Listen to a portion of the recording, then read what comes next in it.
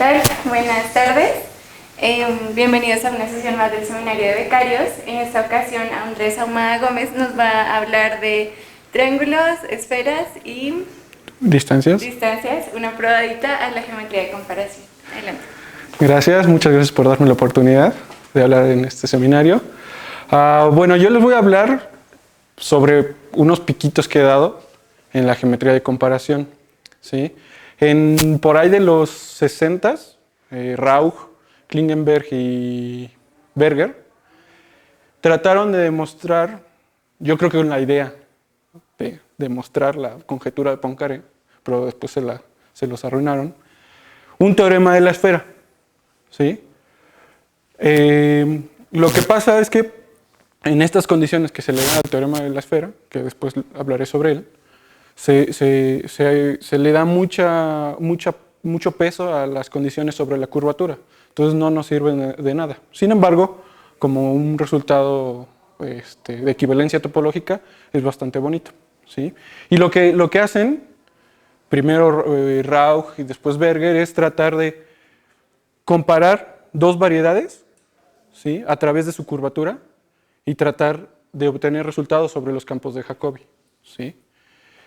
Los campos de Jacobi lo que nos dan esencialmente es el comportamiento de geodésicas que parten de un mismo punto, que son cercanas y nos dicen, bueno, en cierto punto el campo de Jacobi se vuelve a anular y en ese punto donde se vuelve a anular es donde se vuelven a juntar las geodésicas, ¿sí? Entonces, el primer resultado, que les costó bastante a los tres, porque los tres lo trabajaron, pero al final se llama de Rauch, es el siguiente, ¿sí? Tenemos dos variedades riemannianas, una de dimensión n, una de dimensión al menos n, ¿sí? Consideramos dos geodésicas, gamma y gamma tilde, ¿sí? Consideramos campos de Jacobi a lo largo de estas geodésicas, ¿sí? Y se le da ciertas condiciones iniciales a los campos de Jacobi, como que tengan el mismo ángulo, con el tangente y acá igual, ¿sí? Que tengan la misma norma inicial, de ese tipo de cosas. Y luego, se le pide que no haya puntos conjugados al punto inicial en todo este dominio, ¿sí?, hasta donde definamos la geodésica, en los dos lados, ¿sí? Entonces no hay puntos conjugados, que son precisamente donde se vuelve a anular el campo de Jacobi a lo largo de esta geodésica, ¿sí? Vale. Entonces, le pedimos que la curvatura seccional de M tilde es mayor o igual a la curvatura seccional de esta, ¿sí?, en ciertas secciones que son a lo largo de la geodésica, ¿sí? Y lo que nos dice Rauch es, pues los campos de Jacobi de la que es más curva son más pequeños que los campos de Jacobi de la que es menos curva. Como que geométricamente lo que estamos pensando es que si eres más curva como variedad, entonces tus campos de Jacobi se van a anular primero que los que de la otra variedad que no es tan curva, por así decirlo, ¿sí? Entonces, a priori no se ve tan geométrico, o sea, como que sí, se anulan primero los campos de Jacobi de esta que los de esta, pero pues voy a dar un par de corolarios de este teorema que nos dicen, ahora sí vamos a comparar geométricamente dos variedades, ¿sí? El primero es, tenemos las mismas condiciones, bueno, no, tenemos una variedad, ¿sí?, riemanniana, y su curvatura seccional está acotada por debajo por un número L, que es mayor que 0, y por arriba por otro número, ¿sí?, constante los dos, ¿sí? Esta es la curvatura seccional de M, ¿sí?, para todos los puntos y todas las secciones. Entonces, D, que es la distancia, o sea, entre puntos conjugados,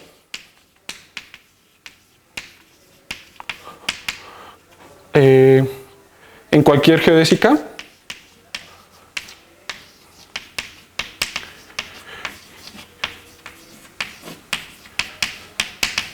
satisface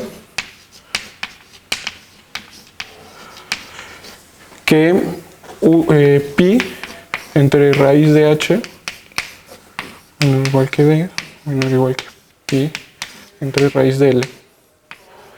¿Sí?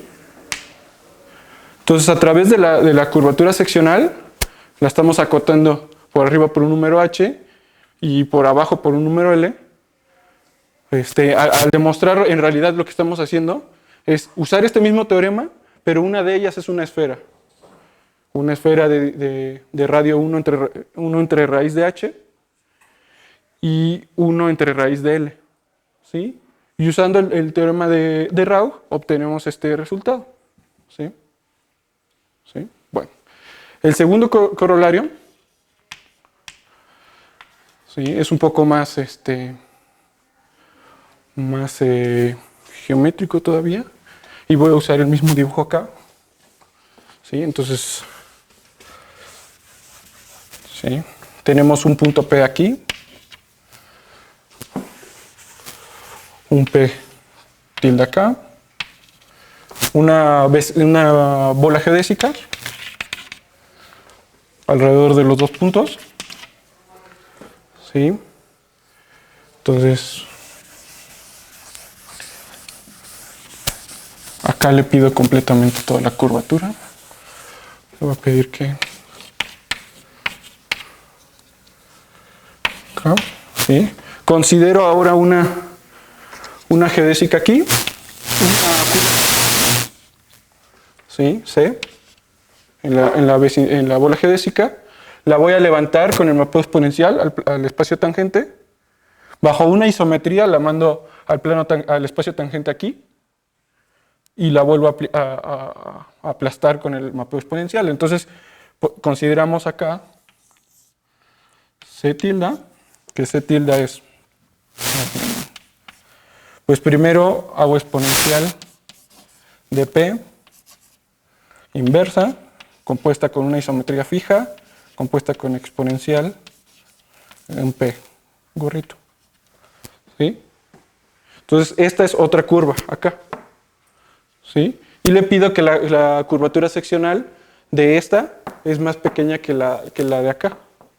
¿Sí? Entonces, el corolario 2 me dice, pues la longitud de la que es más curva, que es K, la curvatura de C, ¿sí?, es más chiquita, más curva, ¿sí?, que la de C tilde, ¿sí? A ver si no les estoy mintiendo. No. ¿Sí? Entonces ya a través de las curvaturas obtengo resultados sobre longitudes de curvas. Entonces ya puedo tratar de un poco jugar con tener curvas cerquita de ciertos puntos, de cerquita de P, ¿sí? Tengo ahí una curva y puedo tratar de construir curvas en mi otra variedad y comparar las longitudes, ¿sí? Entonces, estos son los dos corolarios del teorema de Rauch, los más inmediatos, ¿sí?, que en realidad yo creo que cuando querían demostrar el teorema de la esfera era lo que querían, no querían propiamente el teorema de comparación de Rauch, ¿sí? Pero bueno, aquí tenemos estos dos corolarios y ahora les voy a hablar sobre otro teorema de comparación, que es el teorema de Berger, ¿sí?, que tiene básicamente las mismas condiciones que el teorema de Rauch sobre la curvatura, sobre los campos de Jacobi, ¿sí?, pero cambian un poquito sobre los puntos conjugados. Porque aquí en el teorema de Rauch pedíamos que sobre la geodésica no hubiera puntos conjugados al primer punto. ¿Sí? Ahora lo que se pide, ¿sí?, es que si nosotros aquí tenemos nuestra geodésica, consideramos el vector velocidad en el punto inicial, ¿sí? Este define un subespacio de dimensión n-1 en el espacio tangente, ¿sí? ¿Sí? Ese bajo el mapeo exponencial lo podemos aplastar a una subvariedad n-1 dimensional, cerquita de este punto. ¿Sí? Entonces aquí tenemos una vecindad, ¿sí?, donde el mapeo exponencial restringido a esta subvariedad de dimensión n-1 es difeomorfismo. ¿Sí? Y entonces lo que se le pide es que no haya puntos que sean críticos del mapeo exponencial sobre cualquier punto de este cachito. ¿Sí? Que es un poco menos fuerte que el teorema de Rauch, porque el teorema de Rauch le pedías que no existieran puntos críticos del mapeo exponencial globalmente, que es precisamente los puntos conjugados. ¿Sí? Ok. Entonces, teniendo sobre estas condiciones, sobre estos puntos, que ahora no se van a llamar puntos conjugados, se van a llamar puntos focales, que no existan puntos focales de este punto, de esta subvariedad, en esta geodésica. Entonces obtenemos el mismo resultado sobre los campos de Jacobi. Vuelve a ser la variedad más curva, se vuelven a anular antes que los de la variedad menos curva. ¿Sí? Entonces, y acá lo interesante es el corolario de este teorema, ¿sí?, que nos dice una construcción de curvas. ¿Sí? Otra vez yo creo que esta es una extensión del teorema de Rauch y lo que buscaban era comparar longitudes. ¿Sí? Entonces, el corolario lo que me dice es, tengo una geodésica, ¿sí?, gamma. ¿Sí? Tengo otra geodésica acá.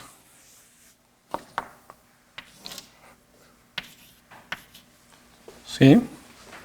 Ahora considero campos vectoriales paralelos a lo largo de la geodésica gamma. ¿Sí?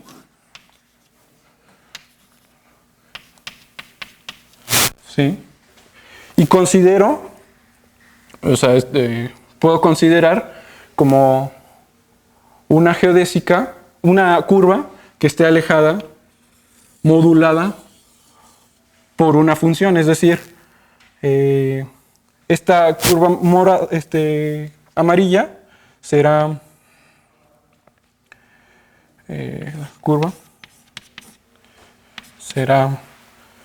la exponencial sobre gamma de t de f de t y el vector, el campo vectorial paralelo, ¿sí?, que es ortogonal siempre al tangente. ¿Sí? Entonces, puedo considerar esta curva, ¿sí?, esta es la función que me modula la lejanía que tiene la curva amarilla con la geodésica. ¿Sí? Lo que me dice es, pues te estás alejando primero, después aquí f es 0, luego se hace negativa, luego vuelve a ser 0, positiva, se hace 0, negativa y así. ¿Sí? Y entonces considero la misma función acá, ¿sí?, pero con el campo vectorial unitario paralelo ortogonal al tangente. ¿Sí? Y entonces obtenemos otra. ¿Sí? ¿Sí? Que sería básicamente lo mismo. Es exponencial desde gamma de t, f de t, de t. ¿Sí?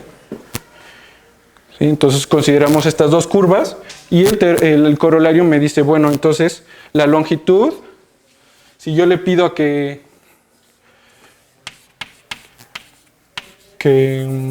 esta es mayor que k, que la curvatura seccional de esta es mayor que la otra, entonces el corolario me dice la longitud de la que es más curva, o sea, la longitud de C debe de ser más pequeña que la longitud de la original.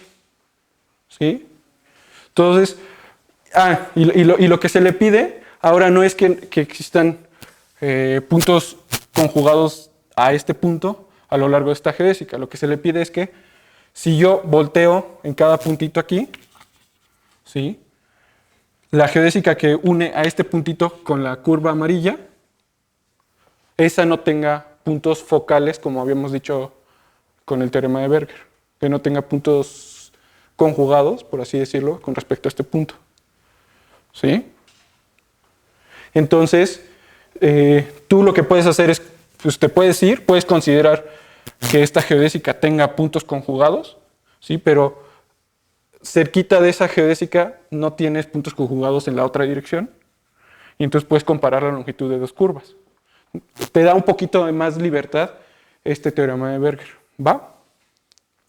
Y entonces, estos dos teoremas sirven para probar lo que yo considero un verdadero teoremón, que es el teorema de Toponogov. ¿Sí? Toponogov. ¿Sí? Lo que nos dice el teorema de Toponogov es que si consideramos un triángulo geodésico, ¿sí? Donde cada lado es minimizante, ¿sí? Este es el ángulo alfa 3, alfa 2 y alfa 1, ¿sí? Este es un triángulo geodésico en M, ¿sí? Y consideramos su curvatura seccional que esté acotada por debajo por un número constante h. Entonces lo que nos dice el teorema de Toponogov pues existe un triángulo también geodésico con lados minimizantes, ¿sí? Este es alfa 3, alfa 2 y alfa 1, ¿sí? De manera que este triángulo vive en MH, ahorita explico qué es MH, ¿sí? Y la longitud de los lados es la misma de cada triángulo, y los ángulos de esta son más pequeños que los del otro.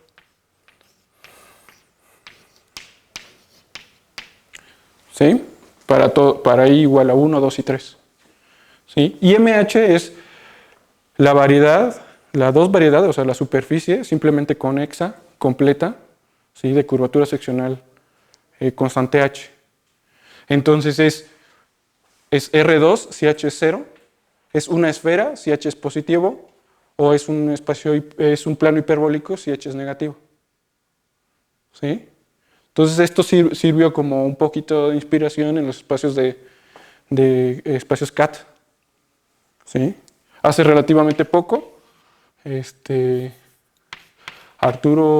se llama? Arturo Sánchez habló sobre los espacios CAT y dijo, bueno, estas son siglas de Cartan, Alexandrov, y dijo, di un tal Toponogov. ¿Quién sabe qué ha hecho? Pero pues aquí está lo que hizo. En verdad, él fue el que inspiró los espacios CAT. El hecho de comparar triángulos de un espacio que no conoces a uno que sí conoces, que es la esfera, el espacio, el plano hiperbólico o R2. ¿Sí? Lo que pasa es que Alexandrov extendió lo de Toponov y extendió todas las nociones. O sea, al final Alexandrov se puso más buzo. Pero es un teoremón, ¿va? Que también nos permite comparar triángulos. ¿Sí? Ok. Ahora voy a parar un poquito con esto de comparación y les voy a hablar sobre varias herramientas que se usan para obtener resultados topológicos en variedades. El primero es el lugar de corte, ¿sí? Que el nombre lo introdujo Poincaré cuando vivía Poincaré. Y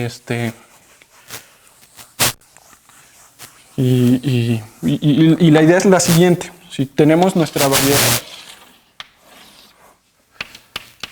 y tenemos un punto P, ¿sí? Podemos considerar una geodésica, ¿sí? Que sale de P. Esa geodésica sabemos de geometría riemanniana que al principio siempre es minimizante. O sea, localmente toda geodésica es minimizante, ¿sí? Pero si nosotros caminamos, podría dejar de ser minimizante, ¿sí? Entonces, ese punto, si esta es gamma, gamma de T0, se le llama el punto de corte a lo largo de gamma de P, ¿sí? Porque después de este punto, la geodésica deja de ser minimizante, ¿sí? Nota, ahora, no siempre podemos irnos caminando indefinidamente, ¿sí?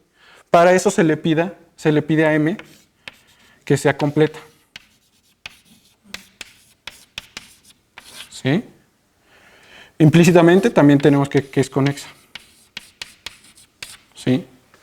¿Qué quiere decir que sea completa? Pues que toda geodésica se puede extender infinitamente, ¿sí?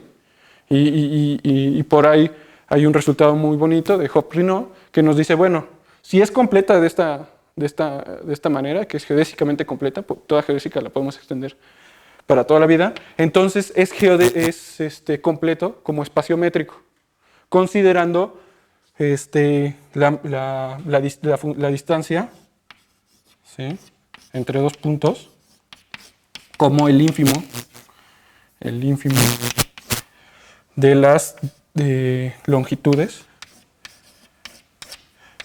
de todas las curvas que unen a P con Q, ¿sí? Esta es una distancia, tiene la misma topología que le habíamos dado a la variedad desde un principio, y entonces M con esta función distancia o con esta métrica usual es un espacio métrico completo, ¿va? Entonces, ya podemos hablar de que cualquier geodésica la podemos extender infinitamente, y entonces siempre existe un punto. Podría ser finito, ¿sí? Y entonces decimos que existe el punto de corte a lo largo de esta geodésica, o podemos seguirle caminando y no existe tal punto, y entonces decimos que no existe, ¿va? O que es infinito, ¿sí? Como en R2, las geodésicas son rectas, y entonces puedes caminar todo lo que tú quieras, nunca vas a llegar a un punto en el que esa recta deje de ser minimizante. En la esfera sí deja. Entre dos polos, cuando llegas al polo, pues ya dejó de ser minimizante, ¿sí? Entonces el lugar de corte del polo norte es el polo sur, ¿sí? Y entonces podemos considerar todas las geodésicas, ¿sí?, que parten de P, ¿sí? Y considerar todos los puntos de corte a lo largo de cualquier geodésica. Y a ese conjunto se le llama el conjunto de corte de P, el lugar de corte de P, ¿sí? Entonces podemos hablar, bueno, este conjunto se puede probar que es cerrado, ¿sí? O sea, es un poco bastante complicado, pero se puede probar. Y si mi variedad es compacta, entonces este es compacto, ¿va? Súper fácil, eso sí. Entonces podemos hablar desde antes de la distancia entre el punto P y su lugar de corte, ¿sí? Sí. Y entonces, pues eso nos dice, pues, si tú consideras una bola geodésica de radio este número, alrededor de P, ¿sí?, entonces tu variedad esencialmente en esa bola pues, es difeomorfa a una bola de veras, de RN, ¿sí?, porque el mapeo exponencial va a ser inyectivo, ¿sí? Otra vez porque antes de aquí no hay puntos conjugados. Los puntos conjugados son los puntos críticos del mapeo exponencial. Entonces, si no hay puntos críticos en esta bola, pues entonces el mapeo exponencial es inyectivo, ¿sí? Y entonces nos dice, bueno, en una bola de este radio, pues tu mapeo exponencial es inyectivo y entonces es esencialmente una bola, pero también podemos considerar, pues, tratar de calcular el ínfimo de estos números para todo punto P, ¿sí? Ver si hay un numerito que me sirva para todos los puntos. Que tú digas, bueno, si esto es un número alfa, pues cualquier vecindad, bola geodésica de radio alfa va a ser el mapeo exponencial inyectivo, es decir, difeomorfismo, ¿sí? Y entonces a este número se le llama el radio de inyectividad.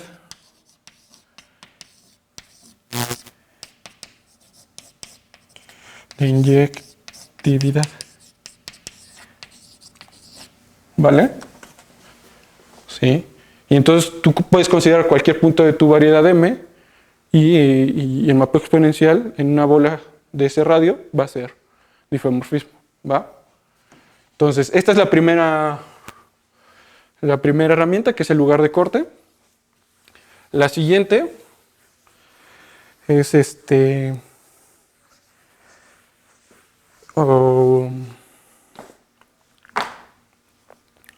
las funciones de distancia, ¿sí? Porque por ahí en el título decía funciones de distancia. Entonces, distancia. ¿Sí? Entonces yo puedo considerar, de nuevo tengo mi variedad, ¿sí? M, variedad riemanniana de dimensión n, completa. Ya de una vez. ¿Sí? Y puedo considerar un conjunto cerrado A. ¿Sí? Entonces, vimos antes que M, con la distancia esta que se define ahí abajo, es un espacio métrico completo. ¿Sí? Entonces, yo puedo considerar la función distancia AA, ¿sí?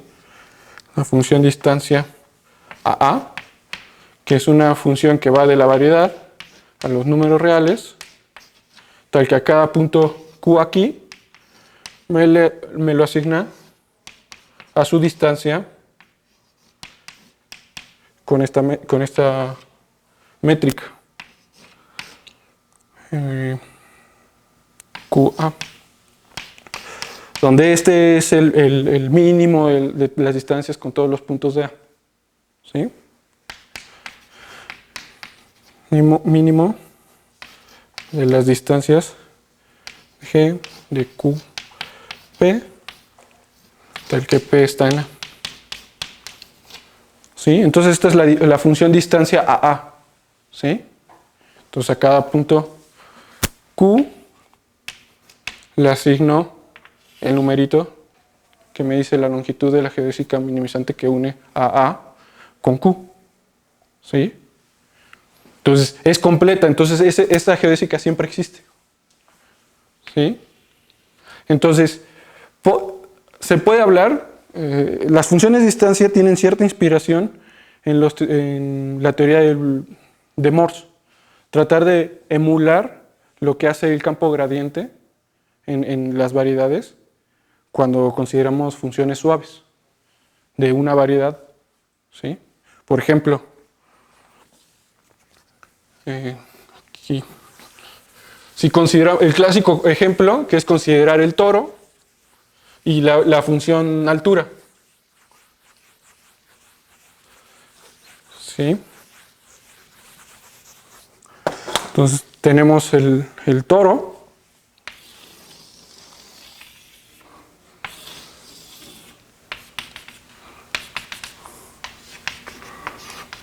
¿Sí? Y consideramos la función altura. ¿Sí? Entonces, lo que Morse trataba de emular es pues, considerar a ver quiénes son los conjuntos de nivel de la función altura, ¿sí? Y tratar de ver de qué forma son. ¿Sí? Entonces, por ejemplo, si consideramos un punto muy arriba, pues no va a tener imagen inversa. Entonces el conjunto de nivel va a ser vacío. Pero llegamos a cierto punto en el que el conjunto de nivel es un solo punto. ¿sí? Bajamos un poquitín y ya tenemos un círculo, ¿sí? Pero vamos a seguir bajando y vamos a considerar, vamos a llegar a un punto especial en el que deja de ser círculo y convertirse en un 8. ¿Sí? Entonces aquí tenemos el 8. Seguimos bajando y aquí abajito ya son 2 círculos. Seguimos bajando y llegamos a otro punto especial. ¿Sí? Llegamos a otro punto especial en el que te volvemos a tener 2 ochos, un 8. Dejamos de tener 2 círculos y tenemos un 8. Y bajamos un poquito y ahora tenemos círculos. Y así seguimos bajando y tenemos un punto. Ahora como en el polo sur de todo. ¿Va? Y el campo vectorial gradiente lo que nos hace es transformarnos esta curva entre 2 puntos regulares, entre 2 puntos críticos más bien, donde todos estos son regulares. ¿Sí? Nos transforma cada conjunto de nivel uno en el otro. ¿Sí? O sea, las curvas integrales del campo gradiente nos manda este círculo a este círculo, siempre y cuando estemos entre 2 puntos críticos. ¿Sí? Entonces lo que tratamos de hacer es esencialmente tratar de buscar tapas y que en esas tapas, con las funciones de distancia, entre esas 2 tapas no haya puntos críticos y tenemos, si conocemos las 2 tapas, entonces conocemos todo como el cilindro. Aquí tenemos un cilindro. ¿Va? Entonces, pero a través de las funciones de distancia, cuyo problema es que dejan de ser suaves. Aquí h es suave. ¿Sí? Las funciones de distancia dejan de ser suaves. ¿Vale? Entonces, podemos clasificar de nuevo los puntos, como en teoría de Morse, entre regulares y críticos, pero aquí va a ser un poco distinto. ¿Sí? Un punto Q va a ser regular si existe un vector, ¿sí? ¿Ve? De manera que todas las geodésicas que unen a Q con A están de un mismo lado del espacio tangente. ¿Sí? Todas estas son minimizantes, ¿va? ¿Sí? Que existan no implica que sean únicas, entonces pueden haber muchas. Que sea regular nos dicen, bueno, están de un mismo lado del espacio tangente. ¿Sí? Por ejemplo, en la esfera, si consideramos al conjunto A como un solo punto, que sea este, ¿sí? Y tenemos un punto cualquiera en la esfera, pues sabemos que existe una única geodésica que une a este punto con el polo norte, o con A. ¿Va? Entonces, pues podemos considerar pues, este vector menos el tangente aquí, y ese vector va a dividir el espacio tangente en 2. De este lado está la geodésica que lo une con A, y de este lado el vector tangente. ¿Va? Sin embargo, un punto va a ser crítico si no existe tal vector B. De manera que si tú consideras cualquier vector B,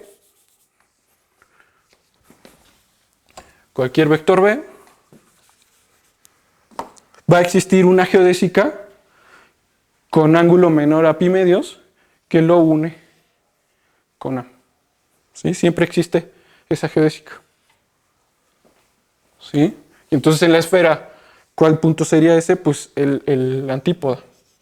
¿Sí? Ustedes consideran cualquier vector tangente en el polo sur, entonces pueden considerar pues, hay una infinidad de geodésicas que lo unen con A, pues, escogen una que forme un ángulo menor a pi medios y esa va a funcionar. ¿Va? Entonces, pero esto es para cualquier vector, entonces aquí hay otro vector, entonces acá hay otra geodésica y así, ¿no? Para cualquier vector. ¿Va? Entonces, en esta teoría de funciones de distancia se pueden hacer muchas cosas análogas a como se hacía con los puntos críticos de funciones de Morse. Y Y pues voy a mencionar varios resultaditos. Y es que, por ejemplo, el conjunto de puntos regulares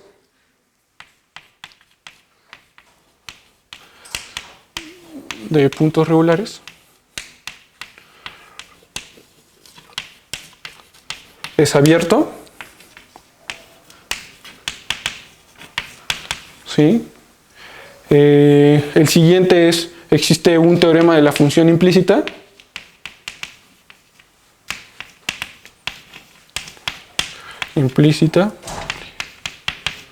¿Sí? ¿Qué quiere decir? Que si consideramos un conjunto de nivel que no intersecta los puntos críticos,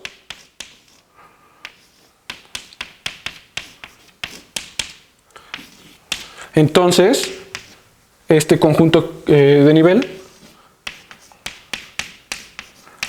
es una n-1 variedad.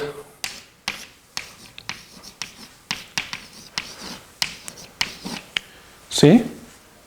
Luego hay, este es el primero.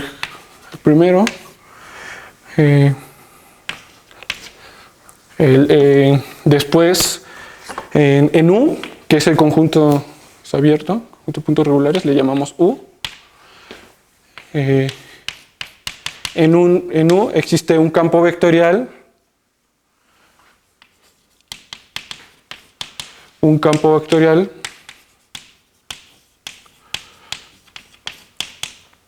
Que satisface la condición de ser regular en todos sus puntos. Existe siempre, o sea, el vector del campo vectorial es el que satisface la definición de ser regular. ¿Sí? Ese vector divide a mi espacio tangente en dos.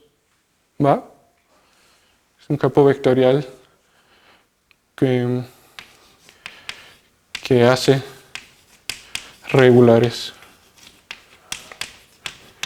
a los puntos. ¿Sí? A este campo vectorial se le llama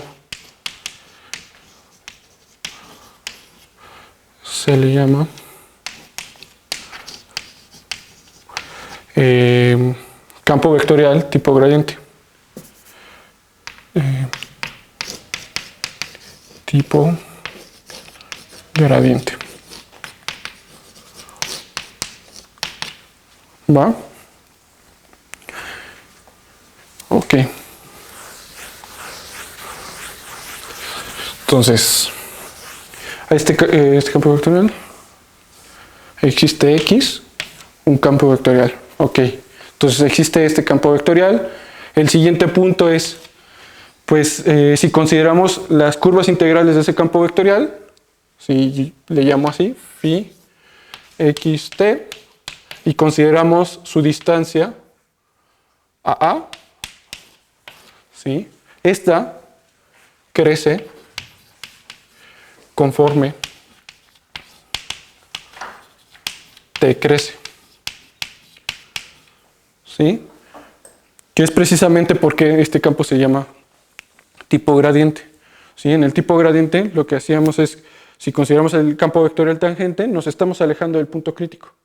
En la función altura, pues nos alejábamos del polo norte del toro. ¿Sí? Entonces, esta es una propiedad.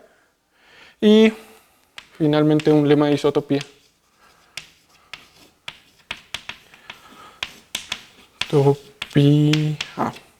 Que esencialmente nos dice como eso, que el crítico de A intersección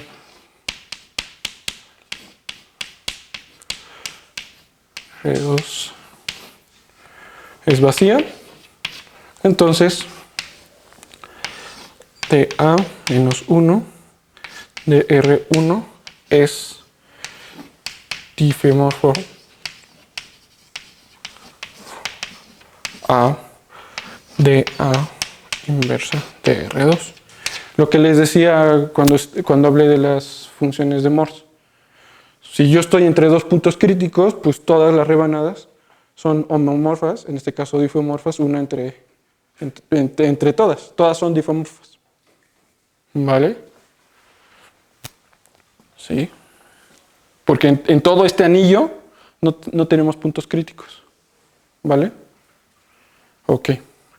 Entonces voy a través de esto, tratar de demostrar dos teoremas de la esfera. Y a ver, ¿qué horas son? Uy, tengo tiempo. Tal vez 3.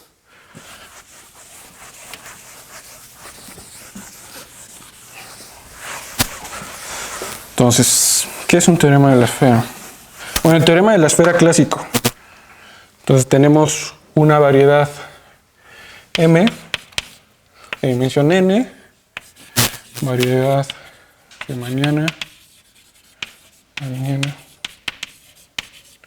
sí, compacta, y simplemente conexa.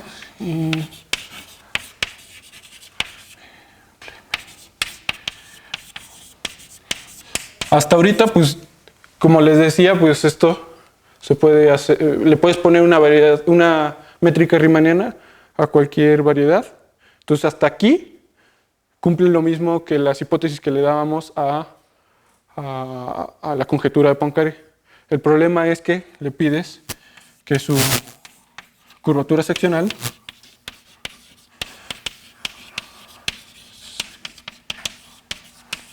satisface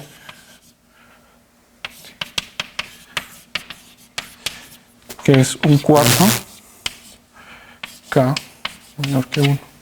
¿Sí? Entonces, M es homeomorfa a Sn. ¿Sí? Entonces, esta cosa se puede, lo puedes hacer un poquito, trabajar un poco más y se puede hacer, esto es homomorfismo. Entonces se puede hacer, y ese sería como el segundo teorema, pero ese no voy a hablar. Se puede hacer difeomorfismo. Porque construyes explícitamente el homomorfismo y lo que haces es hacerlo suave, ¿no? Entonces, el primer paso de esto, para demostrar este teorema, es calcular el radio de inyectividad. ¿Sí? Entonces, el primer paso para demostrarlo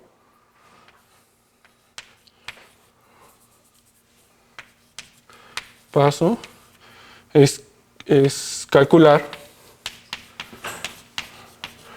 el radio de inyectividad.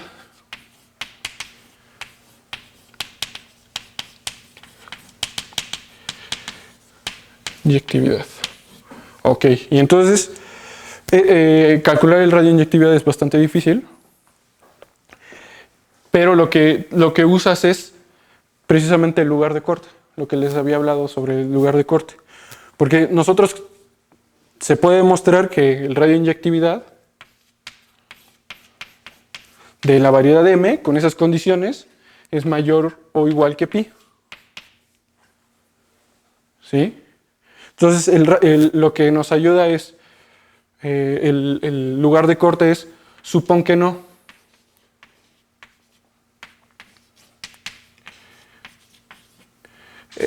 Supón que no, entonces el radio de inyectividad dices que es menor que pi.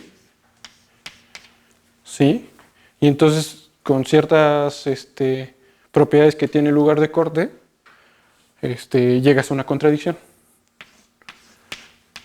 con lugar de corte. Es bastante complicado porque se considera el espacio de todas las... Consideras dos puntos que están a distancia máxima y consideras el espacio de todas las curvas que los unen, y entonces en general es de dimensión infinita y se tiene que hacer una reducción a dimensión finita y trabajar ahí.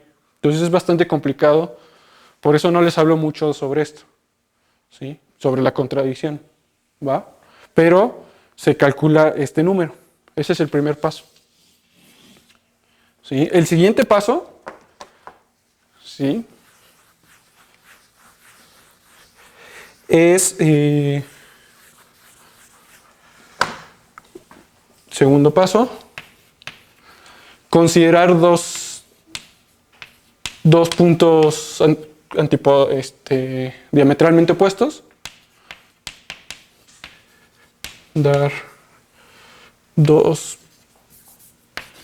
y Q en M, tal que la distancia es igual al diámetro. ¿Sí?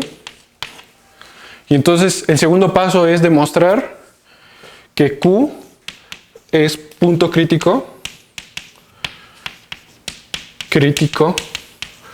de P. ¿Sí? Punto crítico como aquí. ¿Sí? Que para cualquier vector que tú des tangente en P a la variedad, entonces existe una geodésica con ángulo menor que pi medios. ¿Sí? Y a esta cosa se le llama el lema de Berger.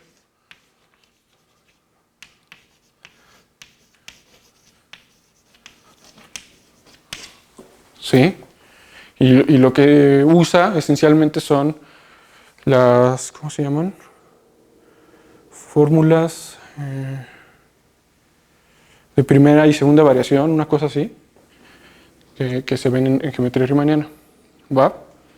Y finalmente, el tercer paso para la demostración, y eso es un poquito inspirado también en los campos gradientes, pero ahora en la esfera, es que aquí vimos que el radio de inyectividad es mayor que pi. En particular, es mayor estricto que pi medios. ¿Sí? Entonces podemos considerar, si tenemos nuestra variedad, estamos en M, ¿va? Aquí tenemos P y por ahí tenemos Q. ¿Sí? El radio de inyectividad nos dice, bueno, es mayor que pi medios. Entonces puedes considerar una bola geodésica de al menos radio pi medios. ¿Sí?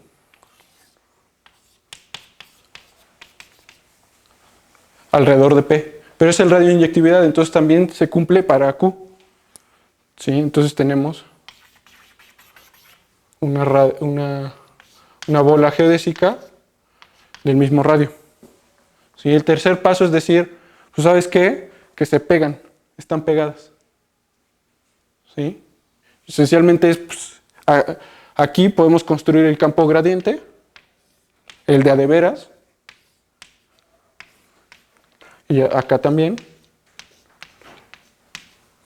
¿Sí?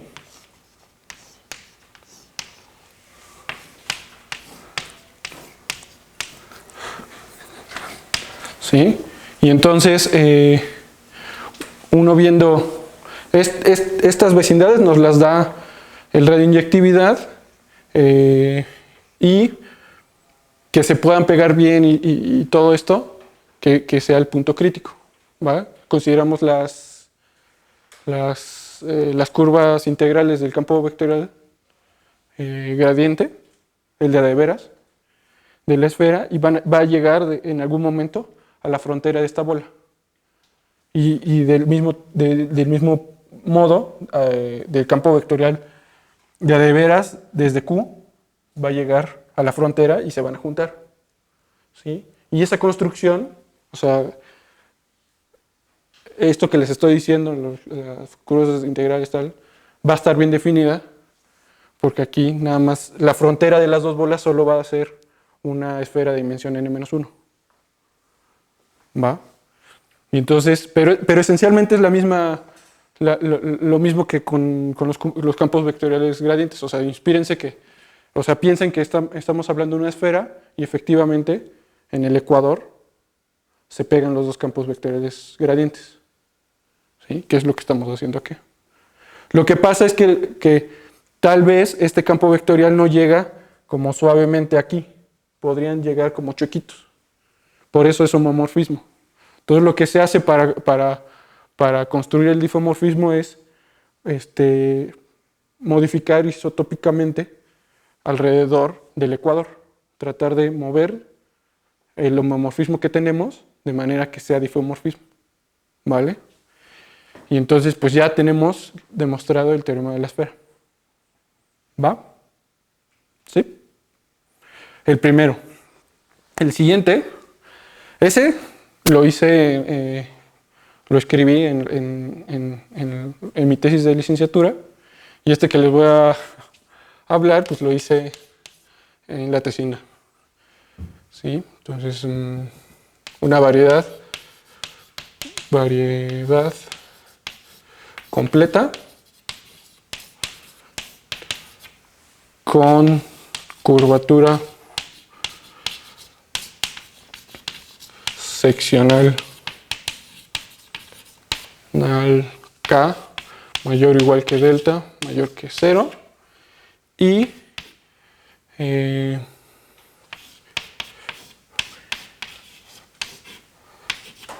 diámetro lo acotamos por abajo de la variedad. En algunos lugares esto se le llama el teorema del diámetro de la esfera. ¿Sí? Y entonces, lo que se hace es ver que esta condición, ¿sí?, nos dice, por el teorema de Bonnet, que el diámetro está acotado por arriba, por pi, entre raíz de delta. ¿Sí? Y entonces, aparte nos dice M es compacta.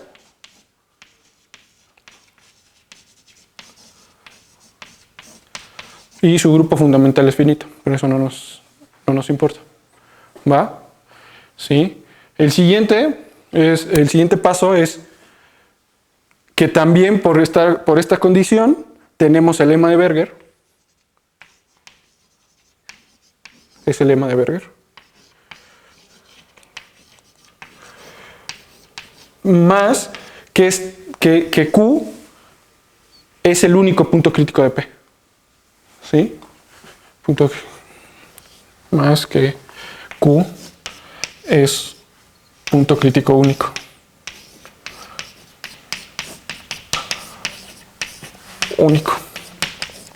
¿Sí? Entonces, pues vamos a tratar de escribir eso, ¿no? Entonces, bueno, dibujar eso. Tenemos los puntos P y Q, que son antipodalmente, diametralmente opuestos. ¿Sí? P y Q. ¿Sí? Fuera de P y Q, en la variedad M, ya no hay puntos críticos de la función distancia AP. ¿Sí? Porque Q es punto crítico de P. ¿Sí? Pero es el único. ¿Sí? Es lo que les estoy diciendo aquí. Entonces, fuera no hay puntos críticos. ¿Va? Entonces, lo que vemos es, bueno, otra vez damos una vecindad, una bola geodésica alrededor de P, suficientemente pequeña, alrededor de Q. ¿Sí? Y aquí fuera existe el campo vectorial tipo gradiente. ¿Sí? Porque aquí no hay puntos críticos. ¿Sí? Es una de las propiedades de las funciones de distancia. ¿Sí? Entonces, pues aquí y podemos considerar pues los conjuntos de nivel. ¿Sí? Entonces tenemos los conjuntos de nivel. ¿Sí? Entonces, ¿qué nos decía el lema de isotopía? Pues que todas estas curvas, estas hipersuperficies amarillas, son difeomorfas entre sí. ¿Sí? En especial esta. ¿Sí? ¿Sí lo ven? Entonces, esta es difeomorfa a esta, que es difeomorfa a esta, que es difeomorfa a esta, y así, a todas. ¿Sí? Eventualmente vamos a llegar a una curva, a una hipersuperficie, que va a estar aquí metida. ¿Por qué va a estar ahí metida? Porque dijimos que la distancia, que las curvas integrales del campo vectorial tipo gradiente lo que hace es aumentar la distancia. Entonces aquí estamos aumentando la distancia P y este es el máximo, el único máximo de la distancia. ¿Va? Entonces, eso se demuestra, no es fácil de ver, que en verdad se mete. ¿Sí? Una vez, ese sería como el primer paso. ¿Sí? Que eventualmente llegas a un nivel en que está metido en la bola geodésica centrada en Q. ¿Va? ¿Sí? Entonces usamos otro teorema fuerte, que es el teorema generalizado de Schunfleiss, que nos dice eso es un disco. ¿Sí? Porque estamos, o sea, nos dice, esto es una esfera de dimensión n-1. Todas son esferas de dimensión n-1, en especial esta. La estás encajando en una bola de dimensión n. ¿Sí?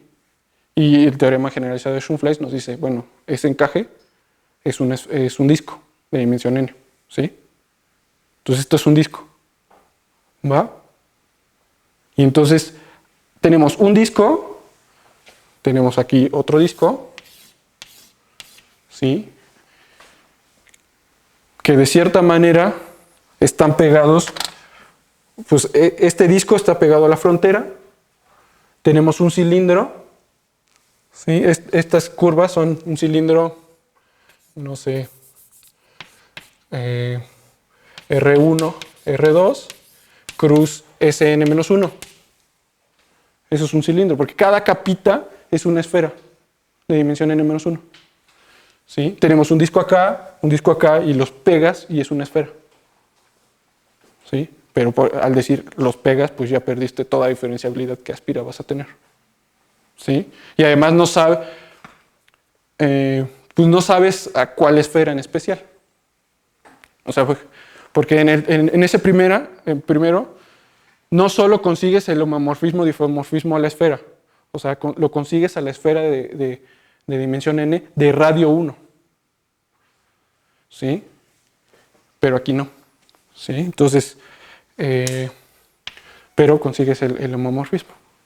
¿Sí? Y bueno, existe otro teorema de la esfera que es esencialmente este. Le pides que no sea completa, le pides que sea cerrada, es decir, compacta y sin frontera.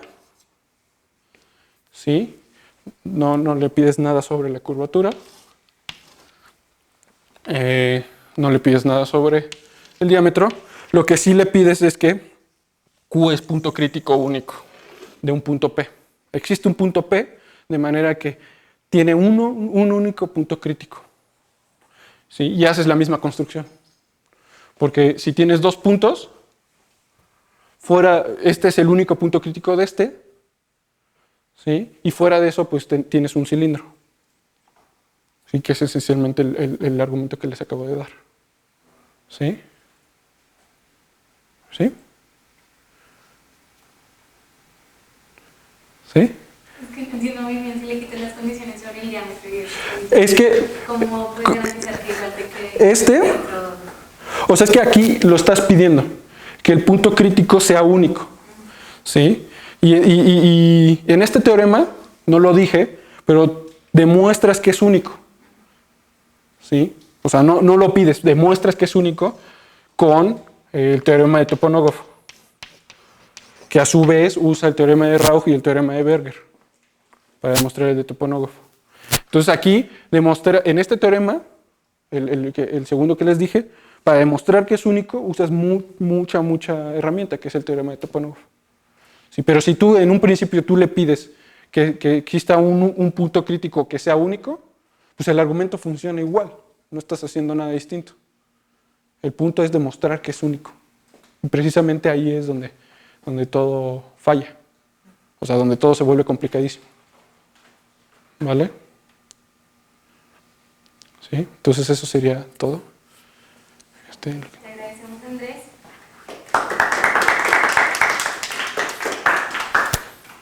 ¿Tienen alguna pregunta?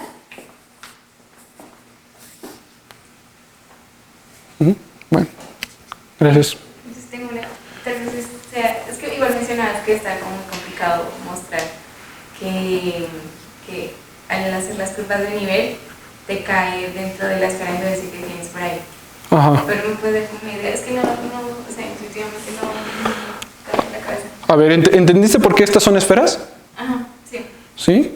Entonces, lo que uno demuestra usando teoría de puntos críticos es que, y que escribí aquí precisamente, es que si aquí tú tienes el campo vectorial tipo gradiente, que yo le llamé X, ¿sí? Entonces,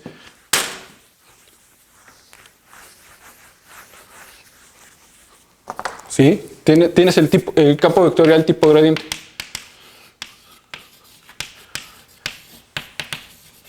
Y se demuestra, es un poco complicado y técnico, que la distancia, por ejemplo, aquí estamos considerando la distancia AP, o sea, P es mi conjunto A. Entonces, la distancia P de phi x de t, las curvas integrales del campo vectorial X, ¿sí? Aumenta conforme t aumenta. ¿Sí? Entonces tú te tomas un punto aquí, ¿sí? Ese punto no es crítico, entonces estás aquí está definido, en M menos P y menos Q está definido el campo vectorial tipo gradiente. Entonces este punto consideras la curva integral del campo vectorial. Va a ir aumentando, su distancia va a ir aumentando, ¿sí? Pero este es el único punto a distancia máxima, su único punto crítico. Entonces, su única opción es que se va a ir acercando a Q. ¿Sí? ¿Sí? Entonces, ya precisamente así se construye el homomorfismo o difeomorfismo entre todo este cacho y el cilindro, este cilindro. Ahí sí tienes un difeomorfismo.